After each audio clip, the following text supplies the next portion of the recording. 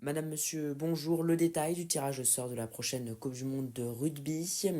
Retour également sur la première course individuelle en biathlon, mais aussi le PSG qui a hérité d'un petit poussé en Coupe de France aujourd'hui dans l'œil du sport.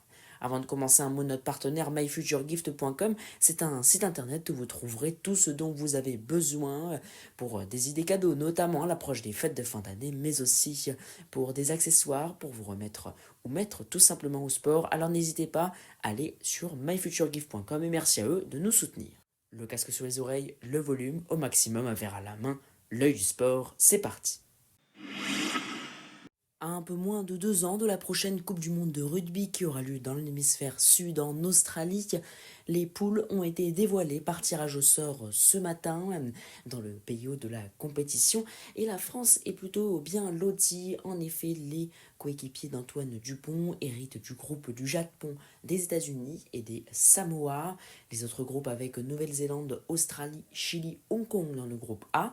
Le groupe B composé de l'Afrique du Sud, de l'Italie, de la Géorgie et de la Roumanie. Dans le groupe C, on retrouve l'Argentine, les Fidji, l'Espagne et le Canada. L'Irlande, l'Écosse, l'Uruguay et le Portugal forment le groupe D. Et enfin le groupe F avec l'Angleterre, les Pays de Galles, les Tonga et les Zimbabwe. Un autre tirage au sort avait lieu aujourd'hui et il s'agit de celui pour la Coupe de France et les 32e de finale. Le Paris Saint-Germain, champion d'Europe, mais surtout tenant du titre de la Coupe de France, affrontera donc le Vendée Fontenay Foot, non pas dans son stade de 5000 places qui n'est pas en capacité de recevoir le club de la capitale, mais bien à la Beaujoire. Le président du club a déclaré que c'était un moment historique pour tout le club et une soirée qui s'annonce magique dans le stade. Fontenay-le-Comte s'est qualifié pour ses 32e de finale en éliminant Châteauroux. C'était samedi 4-1. Le PSG, lui, fera, comme tous les autres clubs de Ligue 1, son entrée en lice dans la compétition qui aura lieu le 20 décembre à 20h50. En football, toujours direction l'Espagne, et si les amateurs de suspense souhaitaient voir les écarts se resserrer à la tête de la Liga, il faudra attendre. En effet, l'Atlético de Madrid n'a rien pu faire malgré son ouverture du score défaite 3-1 face au FC Barcelone. Le FC Barcelone qui a fermé donc son avance avec 6 points de plus que les Colchoneros et 4 sur le Real Madrid. Les Colchoneros pourront avoir des regrets tout d'abord parce qu'ils avaient ouvert le score grâce à Alex Baena, c'était à la 20e minute, mais également parce que le défenseur barcelonais Real Martin aurait pu être expulsé pour un tacle sur Juliano Simeone, et enfin parce que Thiago Almada a eu une occasion en or à la 79e minute quand tout était encore possible, mais en armant trop sa frappe, il s'est déséquilibré. Direction les sports d'hiver avec du biathlon, les premières courses en individuel de la saison. Johannes Beu n'est plus là, mais qu'importe, la Norvège peut toujours compter sur ses hommes. Et aujourd'hui, c'est Johan Olaf Botten qui a créé la surprise en remportant à Östersund. C'est son premier succès en Coupe du Monde, grâce à un impeccable 20 sur 20 au tir lors de l'individuel.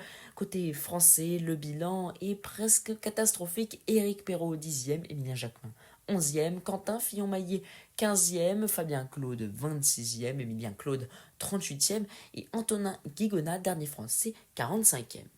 Une information plus triste en basket à présent puisque nous avons appris hier le décès de l'ancien pivot des Los Angeles Lakers, Elden Campbell, à 57 ans.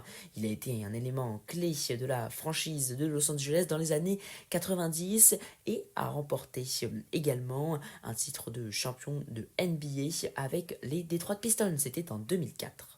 Le programme à présent avec un superbe match ce soir en Serie A.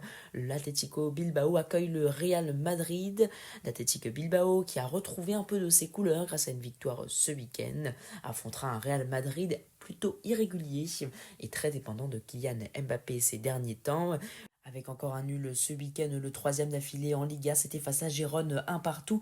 Alors c'est peut-être le bon moment pour le Real Madrid de remettre la marche avant. Du basket également avec de l'Euroleague. Demain à 18h15, Ndalou FS affronte le Real Madrid. Zalgiris Canossas affronte lui le Maccabi Tel Aviv à 19h, 19h30. C'est Monaco qui accueille Paris, choc franco-français. La Poel Tel Aviv accueillera lui Lyon-Villeurbanne à 20h05. 20h15 Olympiakos Fenerbahçe et Partizan Bayern à 20h45. Vendredi, Toulouse Belgrade Barcelone à 20h. 20h15 Panathinaikos Olympiakos Valence, 20h30 Bascoina Milano, mais également Virtus Bologna Dubaï.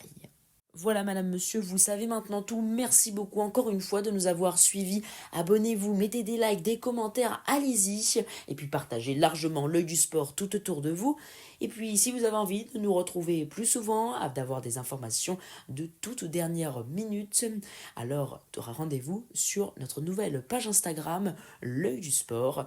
Merci à ceux qui nous rejoindront. Pour ma part, je vous donne très exceptionnellement rendez-vous, non pas vendredi, mais samedi, pour un nouveau point sur l'actualité sportive, en espérant que vous continuerez à vivre sport.